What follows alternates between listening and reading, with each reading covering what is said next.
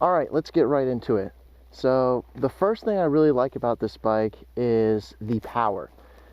And as you all know, this is a 510cc engine, so power is plenty.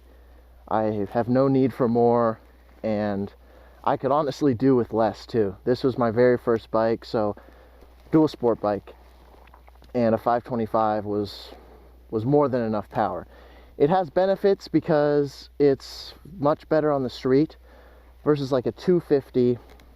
I don't think would be as street capable, but again, that kind of depends on the gearing and stuff. So the first thing, I love the power. Second thing I like about this bike is its handling. It's got great handling through turns, through, you know, very tight spaces, and I can easily maneuver through the rocks here because pretty much 90% of Arizona is just rocks and sand. So handling is awesome. The third thing I really like is the suspension. Now this is the WP setup. It's got it both front and rear. I set it up to factory specifications and I've never looked back. The way it was set up before, it was very, very soft, and I'm more of a fan of stiffer suspension, but this thing certainly does the trick for me. I really do enjoy it. The fourth thing I do like about this bike is its weight. This bike, wet, with everything I have installed on it, weighs probably, I want to say maybe 282 pounds. So it's fairly light for what it is. And for a 525, you know, that's not bad at all. It's very easy to pick up if I do drop it. Although sometimes it can be a little bit of a pain on a really steep hill climb. It does get a little bit annoying to pick up. And let me see, the last thing I can think of that I really like about the bike is the fuel tank. So I actually have some mixed feelings about this fuel tank, but I like that it's big and it gives me the range I need. I can get around 100 miles on this, which is more than enough. Although sometimes I wish I had a little bit more because occasionally I do go very, very far out and I do a big ass loop. It's probably around 100 miles, so I always have to carry a liter of fuel. But hey, I'm happy with it. It's more than most newer dirt bikes today. This is, yeah, 3.4 gallons versus like 2.4 on the newer bikes. So yeah. Okay, so let's talk about some of the things I don't like. There's three main things, one of them being the biggest one, and I'll just get right to it, and it's the gearing. So this bike has a narrow ratio gearbox. So it's not a nice wide one where, you know, 4th, 5th, and 6th are spaced far apart for the road riding. And that's really where it kind of suffers the most, is riding on the road. And when I'm at 55 miles an hour or so, I'm hovering between 5,000 and 6,000 RPM, which is quite high for this thing because it revs out to, I believe, 8,000 RPM. So that's one of my major gripes. I wish this had the same gearbox as the 525 EXC, and this is just the XC. It's a desert racing bike, so it probably just has different gearing for the desert, for higher speeds or whatnot, at lower gearing, of course. But yeah, that's one thing I'm not a big fan of. The second thing, and I know I had said I just like this, but it's actually the fuel tank.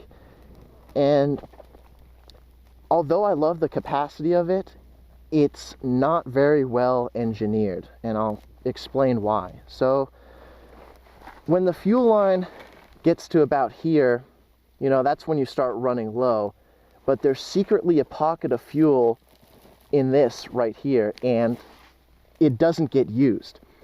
So I would want to say the true capacity of this tank is probably 3.2 gallons instead of 3.4. But that's one of the things I hate about this tank, is that not all the fuel gets used up. And I had this actually happen on me once. I ran out of fuel. Thankfully, I was carrying a spare liter with me, but the fact that it doesn't use up all the fuel in the tank just doesn't make sense to me. So I wish that's something KTM would have thought of. And another bad thing about the tank is just the overall weight distribution. There's a lot of weight going in the front of the bike because most of this is filled up here, and a lot of the weight is actually at the front tire. So sometimes when you're riding on sand, you can get a little stuck at slower speeds. So that's also another thing I'm not a big fan of. The third thing I would have to say, this isn't particularly the bike's fault, but it's got to be the carburetor. So the carburetor, you know, I wish it was just a fuel injected system. Carburetors, especially this one right here, you know, I'm not bashing all carburetors, but this one in particularly is very, very finicky. It's the most complex carburetor there is. I'll put the name of it, I can't exactly remember. I think it's Klein or something. And it's very good once properly set up, but man, it's a pain to take apart. It's a little annoying to adjust, and you know, it's what you get with all carbureted bikes. You know, fuel injection is just so much more simpler. It's just so much more superior in almost every way. So if this bike was fuel injected, that would be much nicer and save me a lot of time. So why did I get a bike like this? It's kind of a little funny story, but basically me and my friend, we both wanted to get dirt bikes, and he really wanted a KTM, and he thought it'd be a good idea for me to get a KTM as well. That way, if anything goes wrong, you know, we have similar bikes and we can kind of help each other out. So, and I didn't really know too much about dual sports back then. I thought this was a proper dual sport. Turns out it's not really, it's more of a dirt bike. But I didn't know anything about like the WR 250s.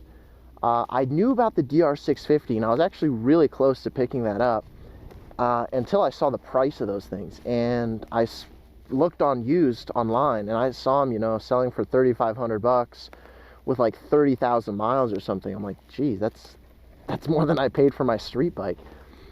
So I got lucky with this model. I actually found it for a very good price, and supposedly it had very low mileage on it too. The prior owner didn't ride it that much. I think he rode it a few times, raced it once, and then it kind of sat around for 10 years in his garage, so he just wanted to get rid of it. But yeah, mostly I didn't get this bike, or the reason I got this bike was basically its price. It was affordable for me at the time compared to the other competitors. I could not find a fuel injection bike with low mileage for less than $5,000. It just wasn't an option. So what are my overall thoughts on this thing? You know, would I buy it again? Would I recommend it to anyone else? And the answer to that is I'm not exactly sure. It's definitely a good bike. It's never broken down on me on the trail, knock on wood. But you know, it's been a great learner's bike, and you know, it's a bit powerful for a beginner. But I've been riding street bikes for around a year and a half prior to this, so I had some experience. But I would say I've learned a lot. I've beat it up, I've crashed a bit, and this is my most upsetting crash, is I just laid it on a rock and it completely bent the exhaust. I was not happy about that. But aside from those small things, you know, it's been good. It's a dirt bike, basically. I wouldn't really consider this a dual sport, but I've set it up in a way where I'm able to ride it on the street. You know, I've got my vapor tachometer, which I really like. I got my GPS, which is convenient, and these mirrors, which I love because I like seeing what's behind me, and I think it just makes it safer. So yeah, I mean, would I recommend this for anyone to buy? The truth is, probably not. I think the model you would want to probably look at is the 525 EXC instead of the XC. Mostly for the fact of the gearing. This really is meant to just ride on the dirt and not so much on the road. I mean, it's totally capable of doing 45 miles an hour, and it does that with ease. But 55, 60, that's where it starts to get a little higher in the rev range, and it just starts to get a little shaky overall. So I wouldn't really recommend that. But it's good overall. I think I'm very happy with it. I'll keep it for at least another year or so, and yeah, maybe I'll get something new in 2022. I can't confirm it yet, but I'll definitely have a few more adventures before I let this thing go. So thank you so much for watching. I hope you enjoyed this short review, and yeah, stay tuned for the next video. Thanks again, guys. Take care.